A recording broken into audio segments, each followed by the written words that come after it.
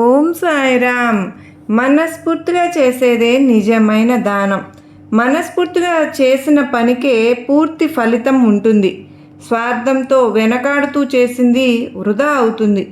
ఎదుటివారికి ఏదైనా ఇచ్చేటప్పుడు నిండు మనసుతో నవ్వుతూ సంతోషంగా ఇవ్వాలి.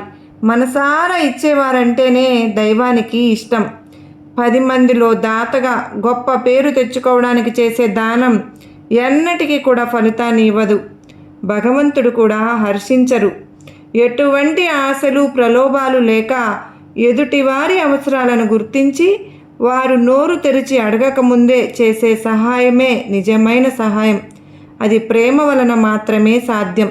ప్రేమతో ఎదుటి వ్యక్తిలో ఉన్న దైవానికి అర్పించుకున్నాము అనే భావనతో చేసే దానానికి ప్రతిఫలాక్ష ఉండదు. కనుక అది భగవంతునికి ప్రీతికరము అవుతుంది.